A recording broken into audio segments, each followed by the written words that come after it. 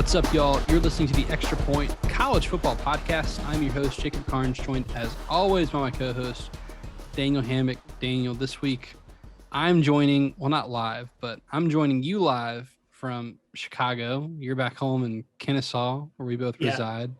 Hey, just because I'm traveling for work does not mean that the podcast takes a break. There is no off season. Quote Josh Pate. It's full steam ahead because we got the Big 12, so we got a big episode. Luckily, there's not 12 teams in the Big 12 yet. But next year there will be 14? 14. Unless Oklahoma and Texas are able to leave. And then maybe for the first time ever, we'd have 12 teams in the Big 12. I think there was 12 at one point. There was. Because there was 8. Nebraska, there were the Big 8. Nebraska and who else left? A&M and Mizzou. Anyway, a lot of teams are left.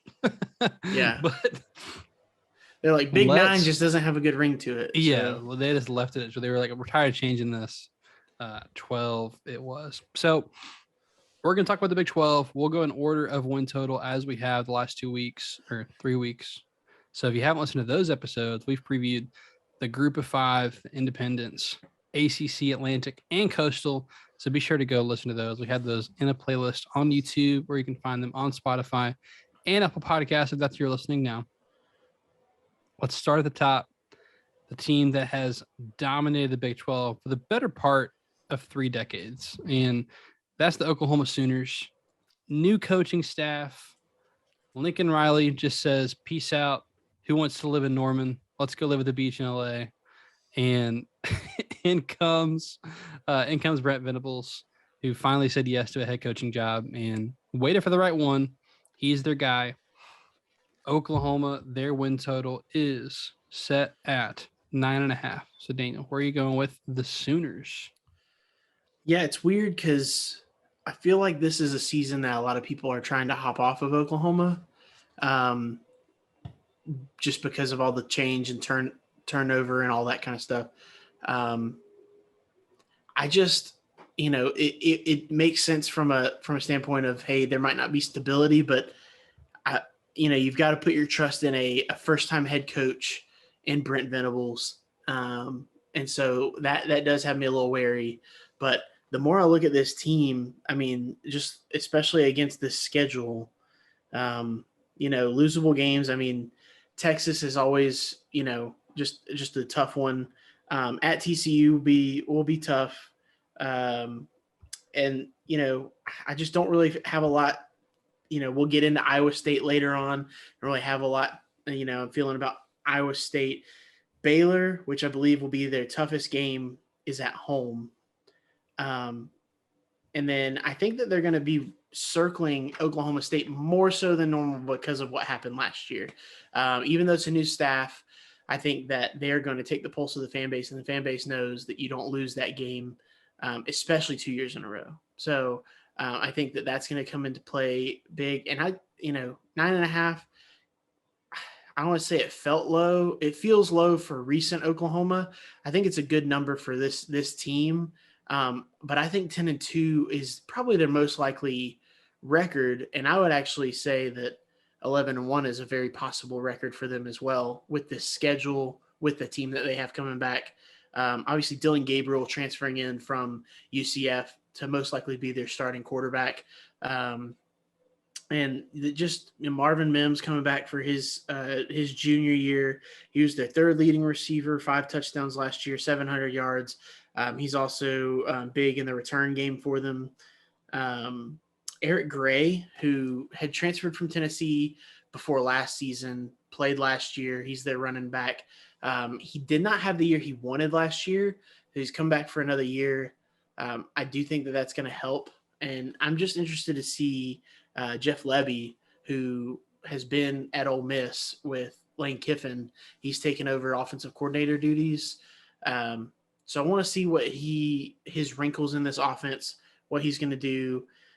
They've got some really great offensive linemen. I mean, Anton Harrison at left tackle is a force.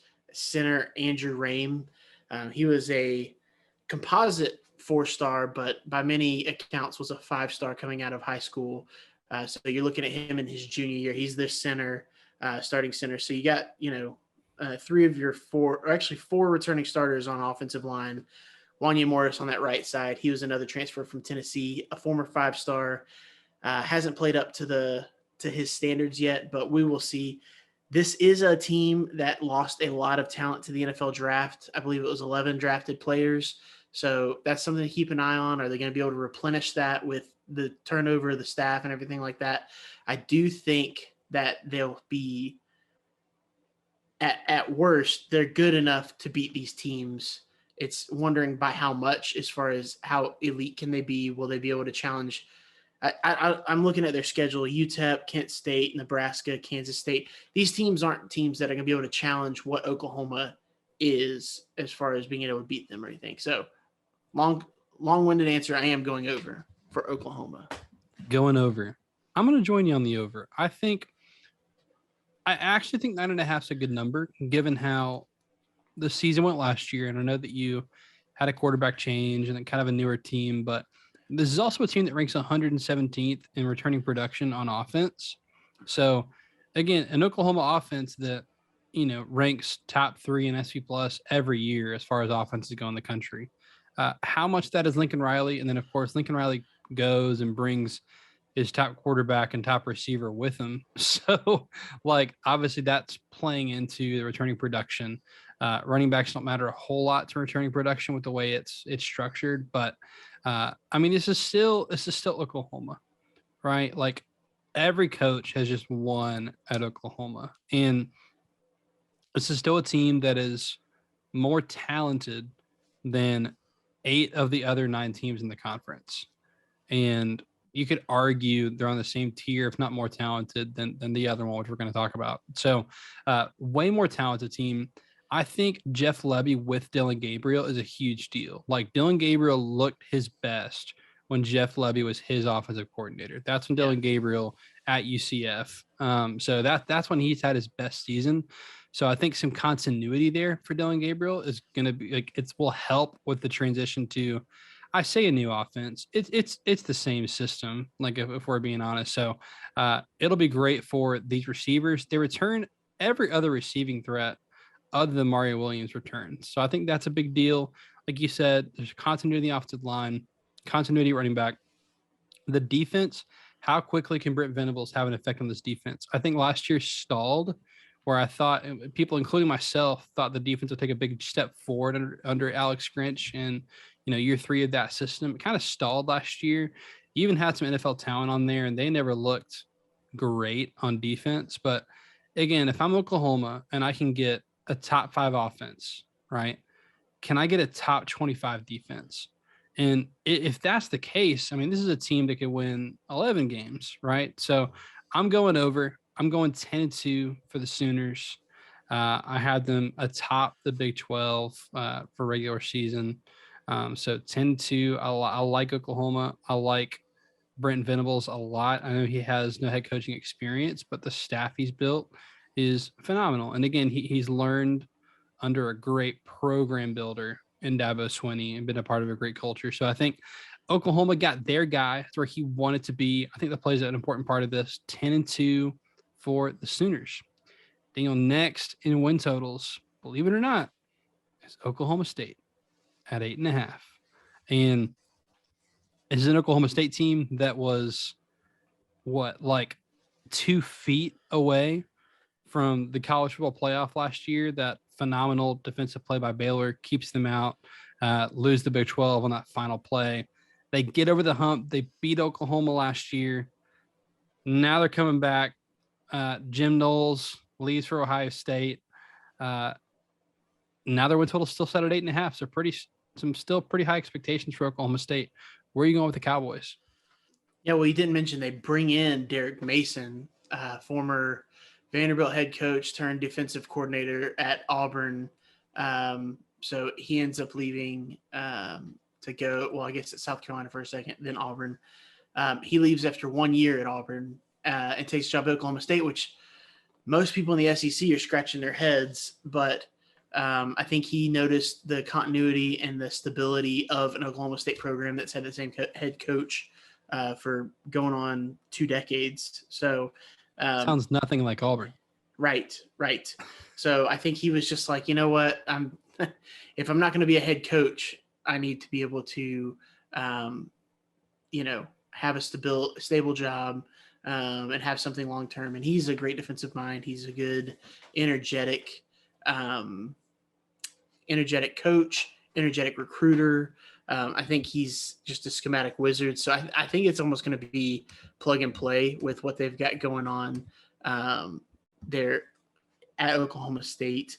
Looking at the offense, though, I mean, returning 8 starters on offense. Most of that offensive line is back.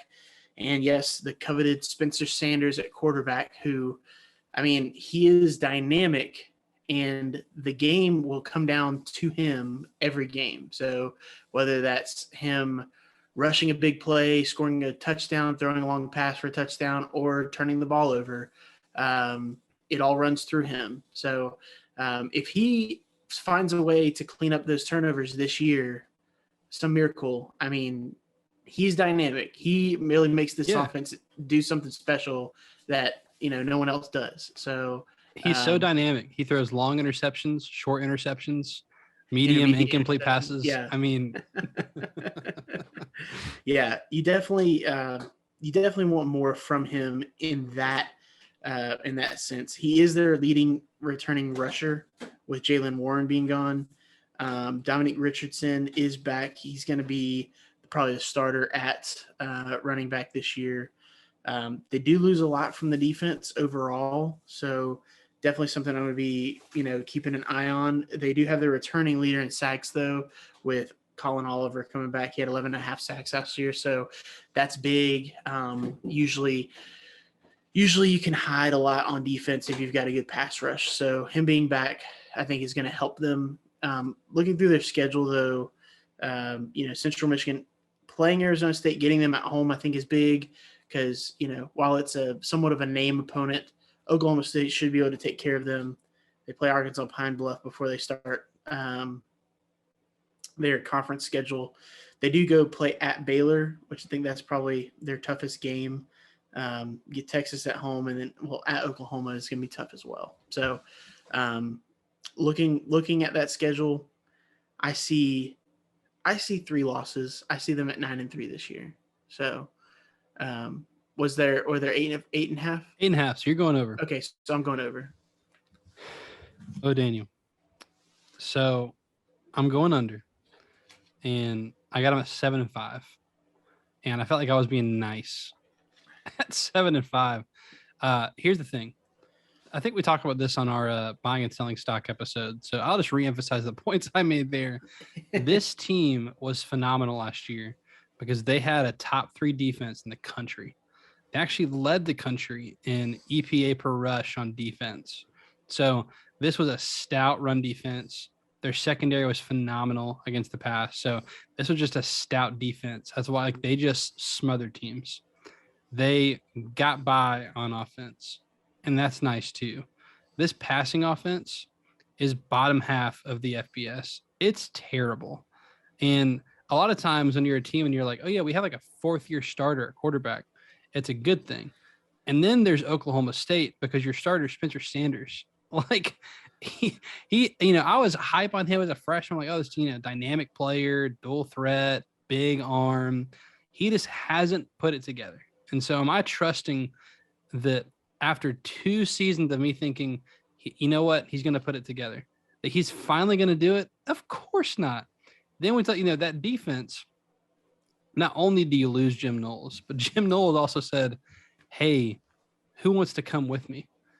And took 2 linebackers and a corner with them that were the best players on defense to Ohio State. And so returning production, Oklahoma State, again, top 3 defense in college football last year, 128th in returning production on defense. So if I'm looking at a team that went to the Big 12 championship, that was a great team last year, and saying, how can they repeat? It's usually by leaning on their strengths. And Oklahoma State just had their best punch taken away from them with their defense. So I am not trusting that defense is going to be a stout. I'm trusting that the offense is going to be what it was last year, which is mediocre. And so, again, I look at Oklahoma State like I look at a lot of other, we're going to talk about this, mid-tier teams in the Big 12, where I'm like, there's not a lot separating you from these other teams. And so, honestly, I'm putting them at the top of that middle tier. 7-5 for me. I think they finish 5th in the Big 12. So, 4-5 in conference, all 5 losses in conference.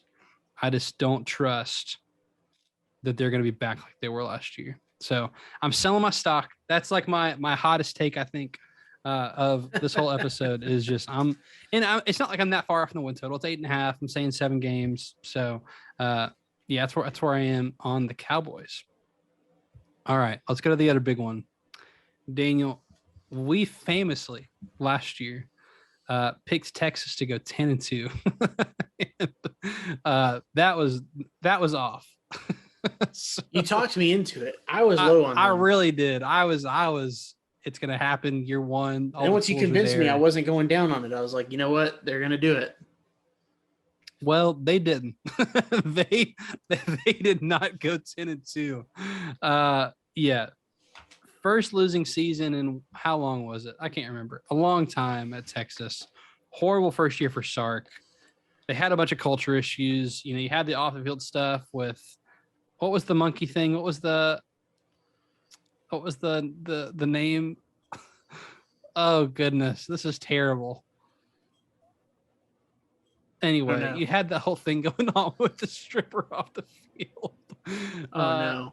You had the culture stuff going on, the players recording, Bo Davis on the bus. A lot of issues at Texas. But it's a new year, Daniel, and their win total is set at 8. So where are you going with the Longhorns?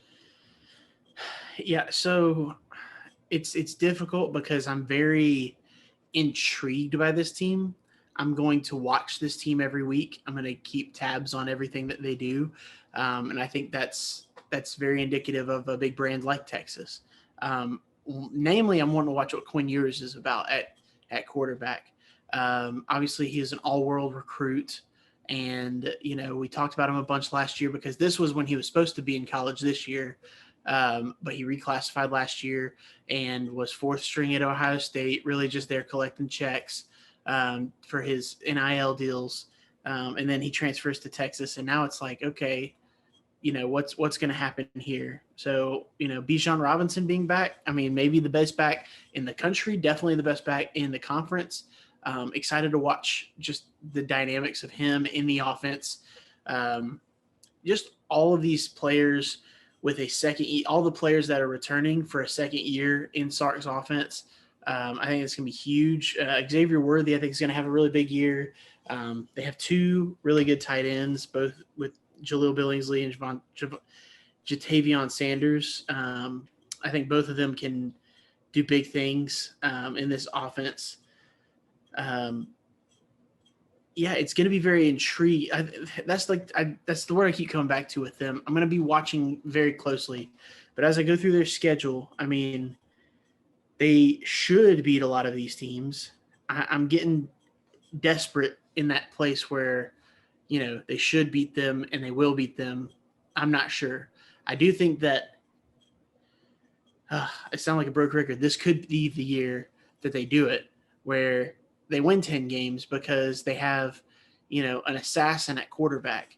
Past couple of years, they've had some good players at quarterback, but I think that this guy is different. And I mean, Jacob, you and I are very true to these recruiting rankings in that,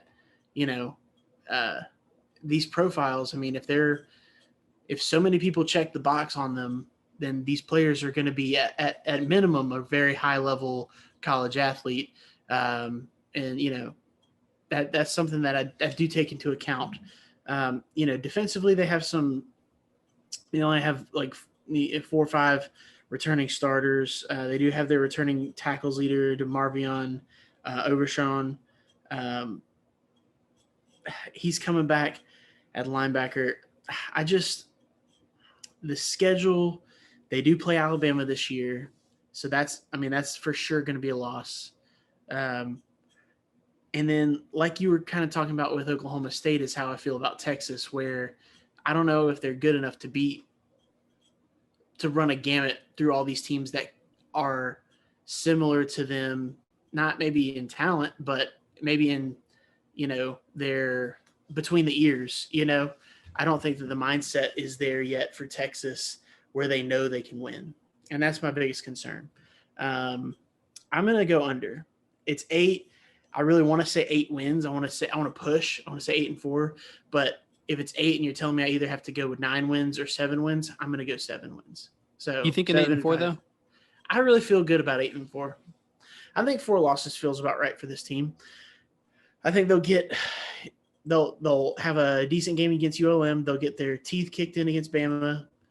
They'll get back on track against UTSA. It might be a little closer than they want it to be. And they'll kind of get rolling there. I bet you they scare Oklahoma and maybe beat Oklahoma this year, but they could lose, 4 other games on that schedule. So in 2019, I had to open it. You and I picked Iowa State. That was our first season. Yeah, as like our team, like hot team. Iowa State, they're going to go win 10 games. And they didn't. They went like 8-4, 9-3. But then in 2020, they actually did that. They went and won 10 games. That was the year. We were a year early. 2020, Pitt. We were a Pitt pod. And we were a year early. Daniel, last year, I'm just going to follow a trend here. I think I was just a year early on Texas. And so I'm going to try to not make the mistake I did with the previous 2 teams, which was pick them. They disappointed me. I hop off. Then they really impressed me. I think this is Texas's 10-win year. And what's crazy about saying that is Bama's on the schedule. So I'm for sure not looking at that. And if I'm counting up wins and losses, I'm counting that as a loss, right? Especially in week 2. Bama's going to be a lot more put together in week 2 than Texas will. I think Texas might give them a better game later in the season, but this is a Texas team. You talked about it. Talent has to eventually win. Like this has to eventually click. You had some transfers out that I think are addition by subtraction. Again, you had some culture issues in that locker room. You had some transfers in that might have been, problems elsewhere that you're giving them a second shot, like a G.A. Hall and Jaleel Billingsley. So a lot of talent. This is the best wide receiver room in the Big 12. And I don't think it's particularly close. And that's including Oklahoma in that. Like with Xavier Worthy, Jordan Whittingham, and Isaiah Nayer, the transfer from Western Michigan. I mean, or was it Wyoming? One of those 2 Brown W schools. But, they're both Brown too. How ridiculous is that? Anyway, but best wide receiver room in the Big 12. Quinn Ewers has a chance as a true sophomore, like you mentioned, really the age of a true freshman, has a chance to be the best quarterback in this conference. This was a perfectly rated 1.00, 1,000 rated 5-star on 24/7 Sports. A perfectly rated quarterback. The next one is Arch Manning in the class of 2023. So highest rated quarterback since Trevor is Quinn Ewers. Like he's the real deal. He's got all the skills. He's already shown a lot of flashes in the spring game and practice.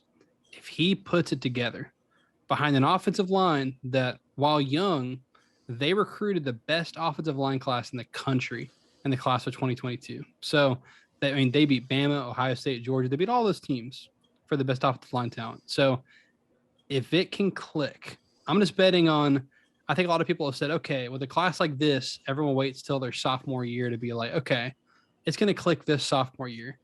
But what if it were to click early? Like, and that happens sometimes as teams just click a year early. Defense, here's the thing. I think Texas can score 40 a game. I think they might have to because I'm still not a big believer in this defense, but I'm such a big believer in the offense. You've got the most dynamic running back in the country, top 2, with old Travion. But Bijan's unbelievable. He's a perfect back for Sark's offense. Like he's that Najee, like bigger but speedy, like super threat of the backfield. Does his zone read really, really well.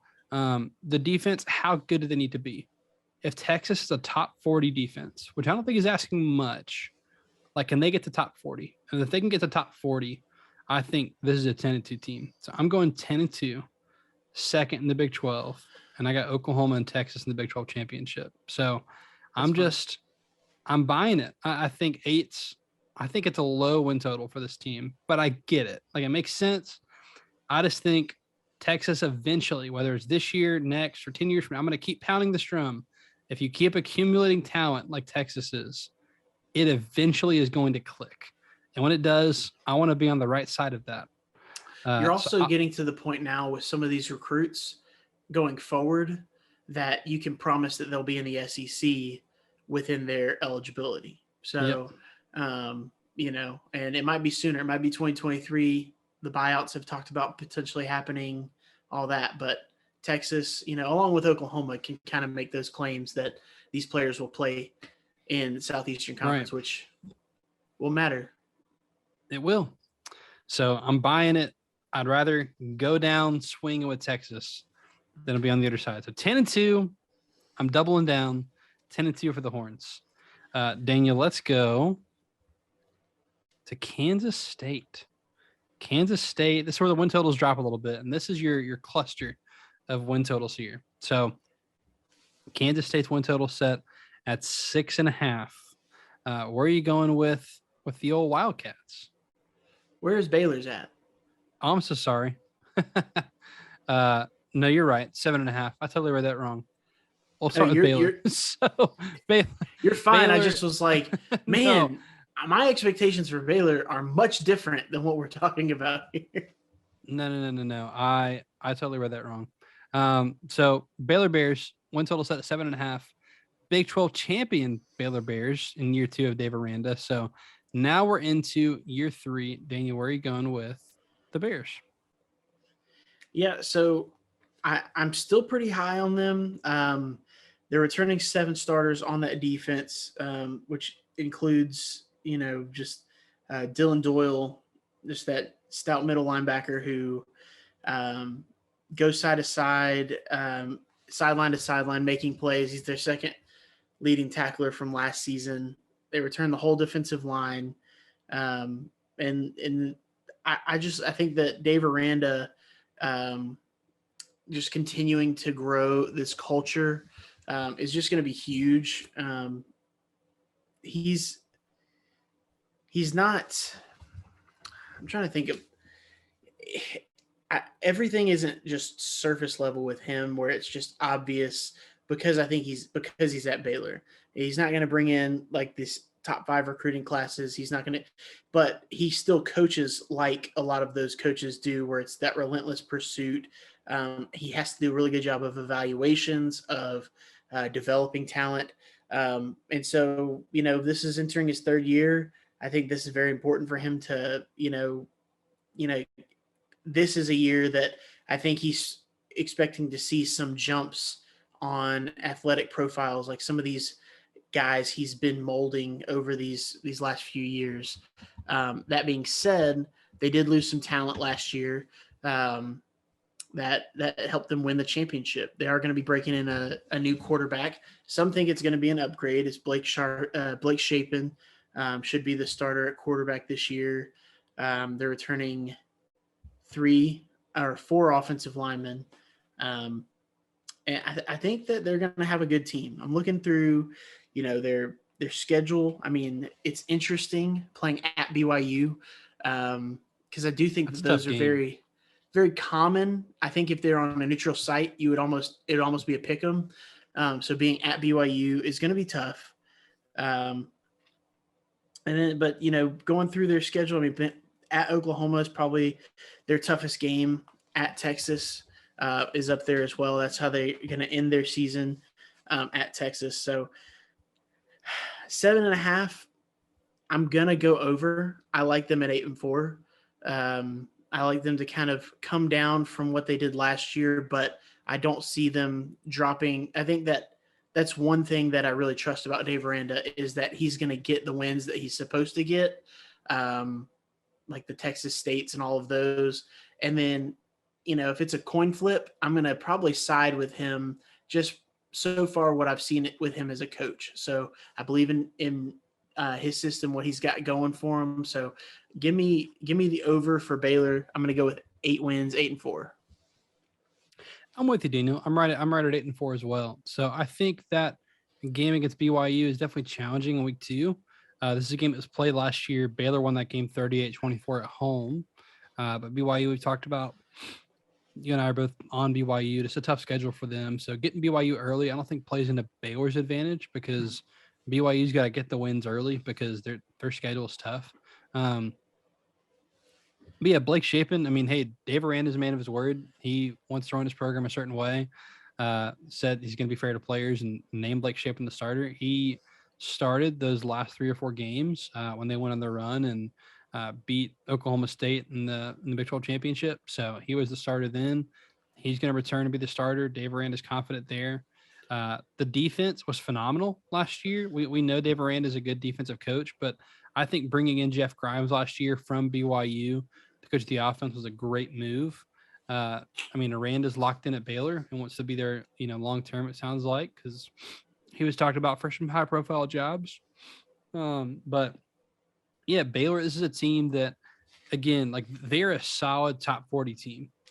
I think this is a team that's going to have like a top 50 offense, top 20 defense, and like they're a solid top 40 team. And I say that as a compliment because if you're looking at teams, I know, we rank 25 just because that's the number we chose forever ago, but there's not a big difference in teams 20 to 40. Like there's a whole lot of teams. So this is a team that could finish the end of the season in the top 25.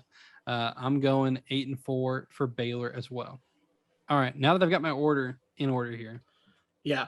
Next is Kansas State. There's 3 teams at 6.5 wins. So we'll go in alphabetical order. Kansas State, win total set at 6.5. Where are you going with the Wildcats?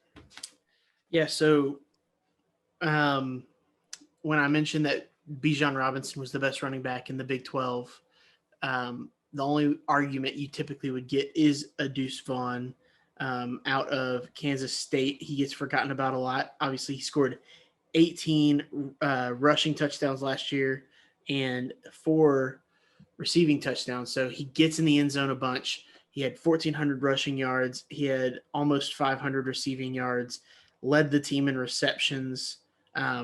So that tells you a couple things. They like to check the ball down to the backs. That's one. That's why he got so many receptions. He had averaged 9 yards a reception. So it wasn't something crazy where he was getting a ton of yards there. But that being said, I mean, about 2,000 combined yards on the season. That's huge. And he's dynamic enough that he's going to make things easier for their new quarterback, transfer in Adrian Martinez. So he's coming in, most likely will be their starter. He's a dual threat. He's kind of had his day in the sun. So this might be his, kind of reclamation of being able to come in and do what he needs to do. But defensively, they have 5 starters returning, offensively 5 starters returning. But they do have they have 4 of their top 5 returning leading receivers from last year. So I think that's big in just growth of the offense as a whole and health of the offense. I think that's a very big deal. Chris Kleiman he's had a couple of good years relative to what the expectations are. I mean, last year going 8-5 is a big deal at a place like Kansas State. Looking at this schedule, they do get Missouri out of the SEC. Now, usually you'd kind of circle that and say, okay, that might be a loss because it's an SEC team. But Missouri is very much an attainable win, especially getting them at home, getting Tulane at home. I think this is where you kind of get to this middle of the pack. But I like them. I like them at 7.5, or excuse me. I like them at 7-5. So I'm gonna go over slightly on that 6.5 win total. Just kind of think that they can navigate this schedule I think that players matter. I think that Deuce Vaughn will be a big key to them in close games. Like Adrian Martinez having his experience is going to be a big deal down the stretch. So, yeah, give me the over on wins for Kansas State. I do like Adrian Martinez. It's funny. Did you hear what he said whenever he transferred? Why he transferred? He said he wanted to win more. When he transferred from Nebraska to Kansas State, which is just funny. Did you know? Do you know who their offensive coordinator is? Like without looking, No? Colin Klein. He got promoted to offensive coordinator in the Oh, that's offseason. cool. So, former star quarterback at Kansas State under Bill Snyder. He's been talking about how he wants to bring a more aggressive up-tempo offense back to Kansas State. And I think they've got the weapons to do that on offense, but this is still not an offensive line that has played very well at all, which is why they throw to Deuce Vaughn a lot, because they can't just run him between the tackles because the offensive line play has been poor. So that's an area of concern for me. Returning production, this is a team that ranks 105th total in returning production, 107th on defense, which was the strength of the team last year, 85th on offense. So again, this is a team here in the middle of the pack that's hard to separate for me. But I do think they've got some difference makers. Like this is definitely a bowl team, but I'm going under like slightly 6-6, but like, again, this is a team that could go 5-7 or 8-4, and I'm not gonna be surprised. So I will go 6-6 though. They get Missouri out of conference, which is tough.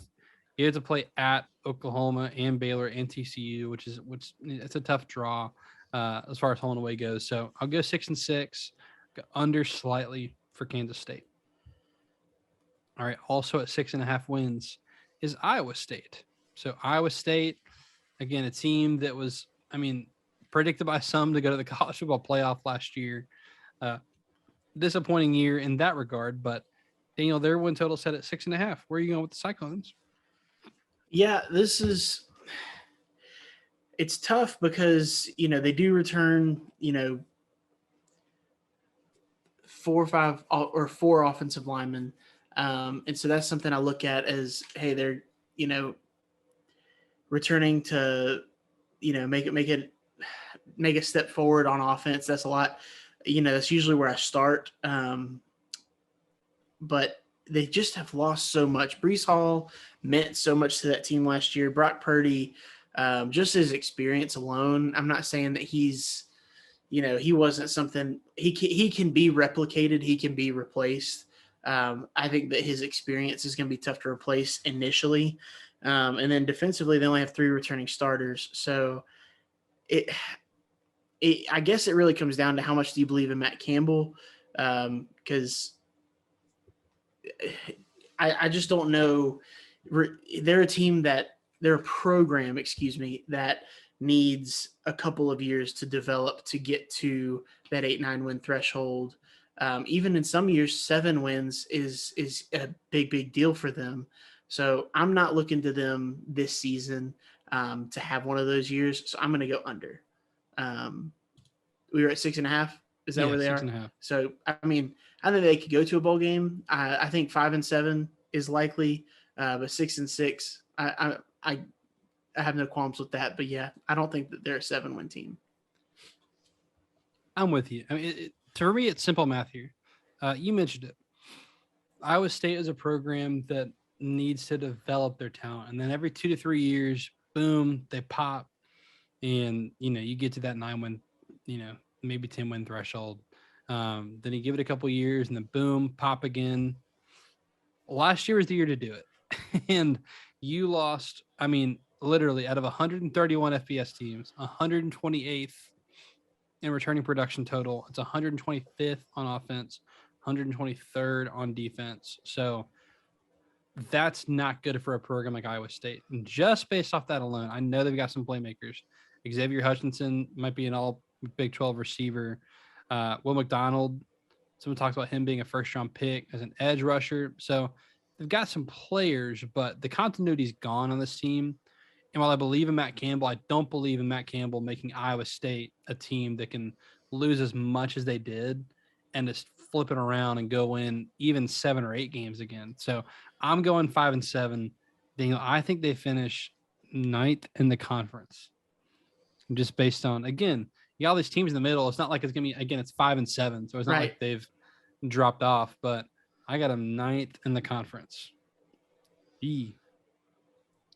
Not fun. Sorry, Iowa State. I didn't want to do that. You play Iowa every year too, and like you still couldn't beat them. Like even with last year's team couldn't get over the hump. So no, they did beat them last year finally. No, they lost.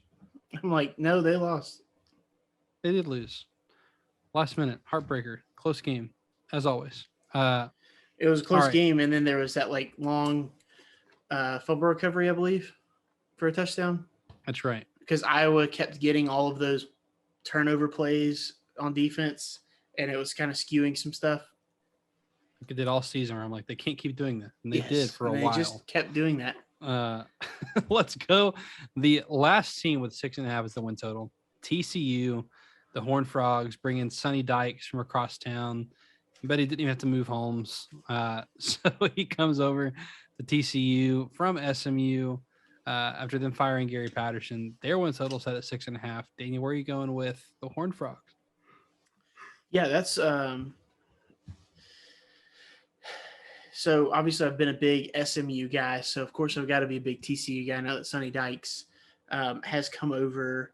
I mean, the biggest thing is I think that while they lose, Zach Evans, I do think that's a big deal because, I mean, he's a big-time talent, but they still return, their next 4 leading rushers. And Kendre Miller was splitting a lot of time with Zach Evans as is, and he was also averaging over 7.5 yards a carry, has 7 touchdowns. Max Duggan, I mean, at his best is running the ball, throwing the ball. He's running RPOs. So I do believe that he's going to be the guy. Chandler Morris does come in. Interested to see him in this offense as well. He's backup quarterback. Kind of going through, though, they got 7 returning starters on defense.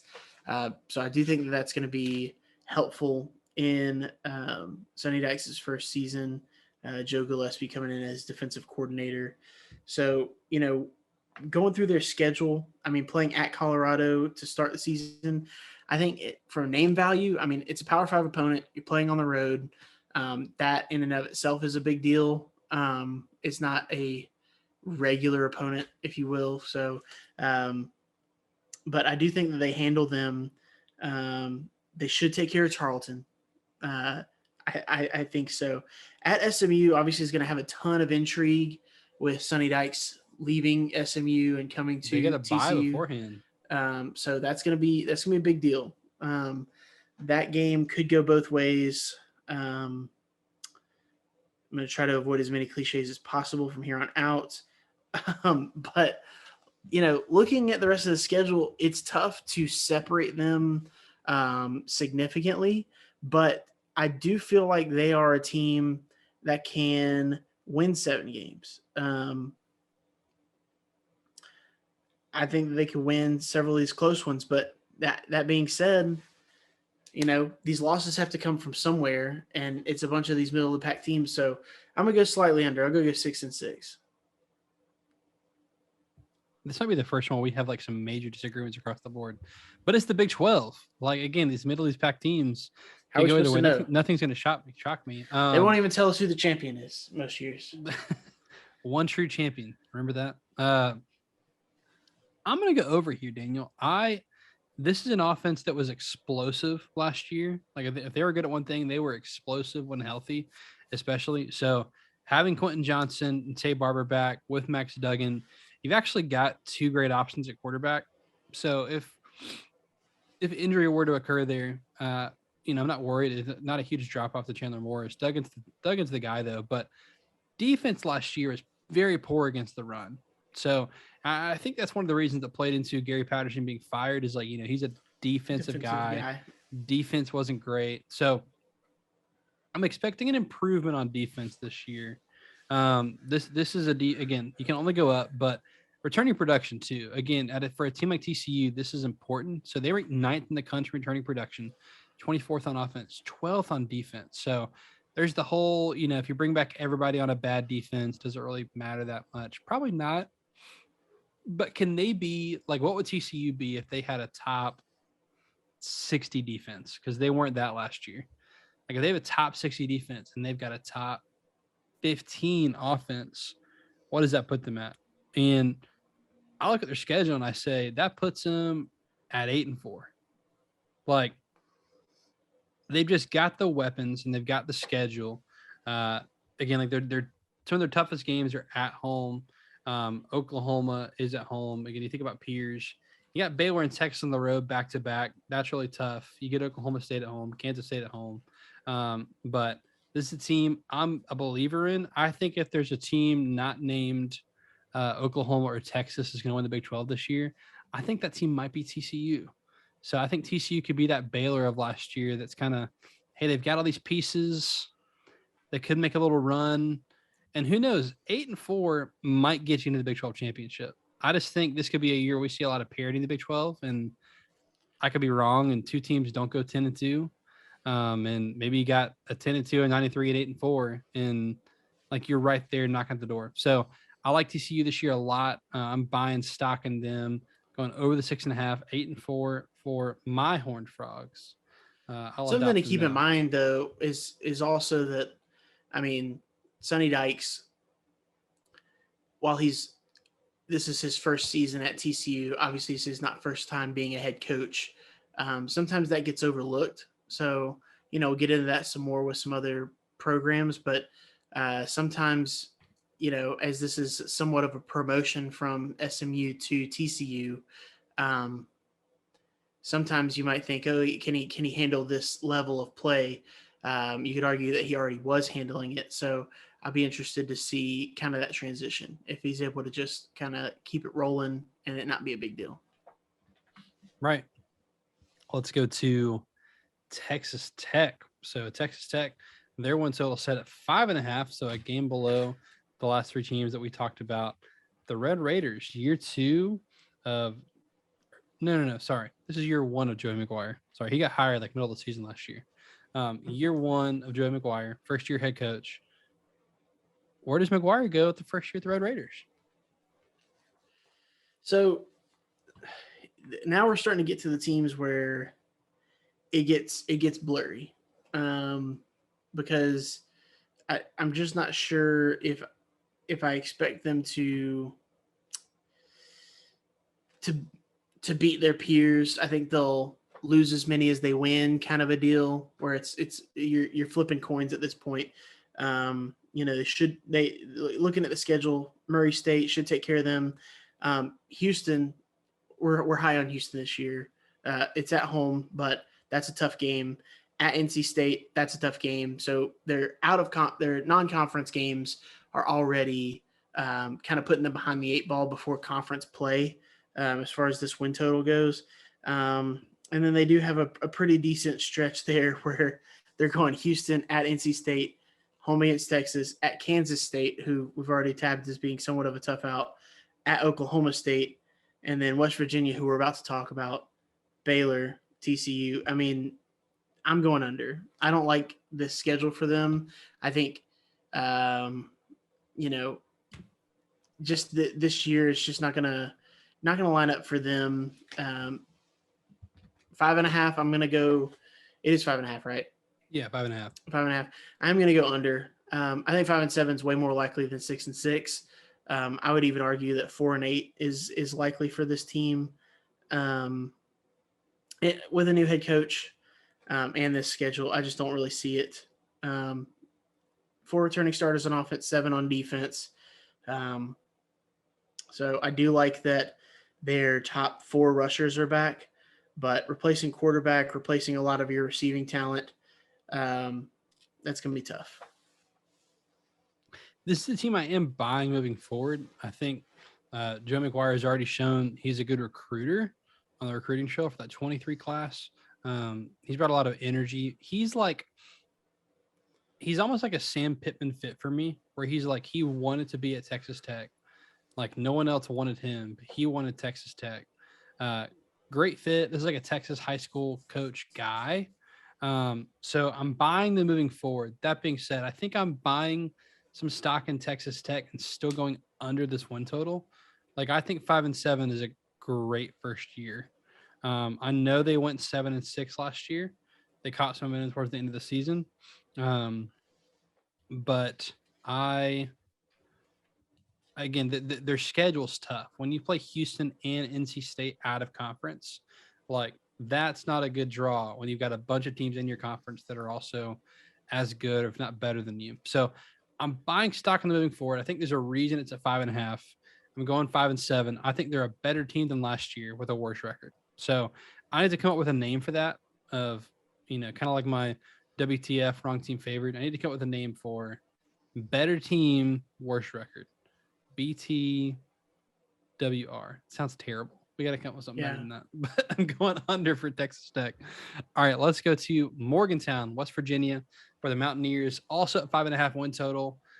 Neil Brown, he's been there a little bit at West Virginia now. West Virginia, Bud Elliott's talked about this. Are they a team that suffered moving to the Big 12? And can they break this barrier of them being like a 7-5 team to a 5-7 team? Like, when are they going to have the Will Grier team? Are they going to be able to recruit? Is Neil Brown the guy? 3 years there, his fourth season here. So win total is 5.5. Daniel, where are you going with the Mountaineers? So 5.5 to me seems easy because I really like West Virginia. I like Neil Brown. I think that what he's doing there overall is going to be just positive moving forward.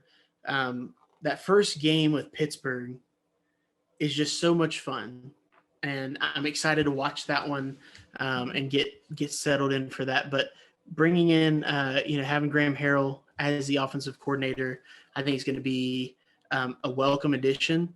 Bryce Ford Wheaton is an all-conference receiver, so having him returning,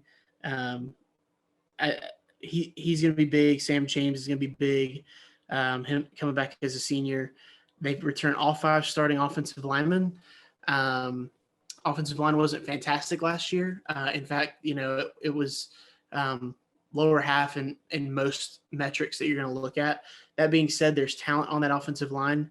Doug Nestor, entering his 3rd year, was a consensus top 10 player, a 5-star coming out of West Virginia. And I think that he's a player that you could see that jump. He's their right guard. This team, offensive lines get better as they play together. And I think that's going to be true here. JT Daniels is transferring in. I think this could be just the right match at the right time. He's coming in. He's familiar with Graham Harrell as an OC. He's coming into a team that is somewhat ready to go on offense. Tony Mathis coming back as he'll be the starter this year. Had just, a solid year as the backup to Letty Brown last year. I'm going to go over. I think that's easy for me at 5.5 because I think that they're easily going to win 6 of these games.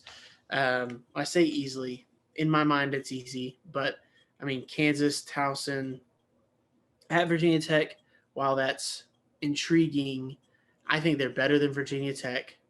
I think Texas Tech, that's going to be a coin flip, but I think that I say coin flip. I think they're better than them. Iowa State, I don't really feel great about them. So I think that they win at least 6 games. I have them going 7-5 this year, and I have their offense being the reason why. So give me the over. I'll also go over. I'm going 6-6 though. I just think the schedule's really tough. So a lot of the same reasons you mentioned, but when you play at Pitt, at Virginia Tech, and at Texas in 3 of your first 5 games, that's a rough way to start. And if you start losing a lot of those games, you might snowball.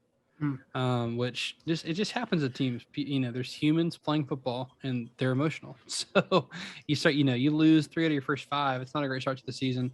So I do think it's a tough draw schedule wise. I mean, at Texas Tech, at Oklahoma State. Now you do get Oklahoma and Baylor at home schedule wise. So you hope for an upset there. I do think if they're successful, the offense will be the reason why. But I mean, Daniel, this is an offense and defense that ranked like in the 70-ish area last year, and so like they got to be better in one of the two if I expect them to make some sort of a jump. They went 6-6 in the regular season last year. I think they kind of stay status quo, 6-6 for West Virginia for me as well. Really interested to see Graham Harrell and JT Daniels though. If they can make a splash, that would be a lot of fun. And they open the year against Keaton Slovis. Especially that first game. That's right. In a renewed rivalry with 2 former teammates playing quarterback. All right. Last is Kansas. So win total is, you see a big drop here, 2.5. So I think people look at Kansas last year and they remember they beat Texas. And they're like, oh, yeah, Kansas beat Texas. Like they're on the come up. Like they must have been pretty good last year. Like they beat Texas, right? They went 2-10. Like they went 2-10 when they beat Texas. So that's more of more of an embarrassment for Texas than it is an indictment on Kansas being a step forward. So win total is at 2.5. Daniel, where are you going with the Jayhawks? Yeah, I think that Kansas and Duke are circling each other. Must win. That's the game. All right. Must win. That one, and I know some gambling junkies that are going to be tuned into that one. All right. Cause they're just I'm going to be tuned in. that one's going to be important. Lance Leipold coming in last year. You and I both were impressed by the hire. I still somewhat am, that they were able to get him from Buffalo. I think that he's going to continue to grow this program in the right direction. That being said, it's just a very, very tough job in and of itself, just Kansas in general, especially when it's been deteriorated down to what it's been. So, they've got 9 returning starters on offense, 7 on defense. That's extremely important for this team, for them to be able to get this going in the right direction. But as I look at their schedule, I mean, I think they're going to lose to West Virginia, Houston, Iowa State, TCU. Someone's got to be accumulating these losses for all these middle-of-the-pack teams. Oklahoma, Baylor, Texas Tech, Oklahoma State, Texas, Kansas State. So, I mean, I see Tennessee Tech. I see Duke. It's 2.5. 2.5. 2.5. I mean, under. I'm with you, and I'm going to keep going under. I think 2 wins is a very real possibility. I'm going to keep going under until they prove it. Now, if they were going to improve it and prove me wrong, Lance Leipold, again, like you said, not a first-time head coach, was successful at Buffalo, program builder. Year 2 with a team that is top 10 in returning production, 38th on offense, 3rd on defense, a lot of continuity. If there was going to be a year 2 jump, this is the time to do it. This is the kind of team to do it with. I'll believe it when I see it. So I'm not going to be the one who gets ahead on Kansas. I'll be wrong on Kansas and be happy. So I'm going to go under 2.5. I'll go 2-10 as well. Winless in the Big 12. They're not beating Texas again. Not my Longhorns. Not in this economy.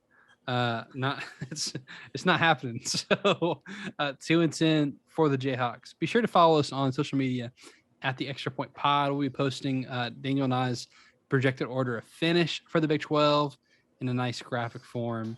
We'll post some other stuff as well with all of our episodes. And you can follow Daniel on Twitter at Deep South Daniel. You can follow me on Twitter at Jacob Carnes with a K. And that will do it for this edition of the Extra Point. He is Daniel. I am Jacob.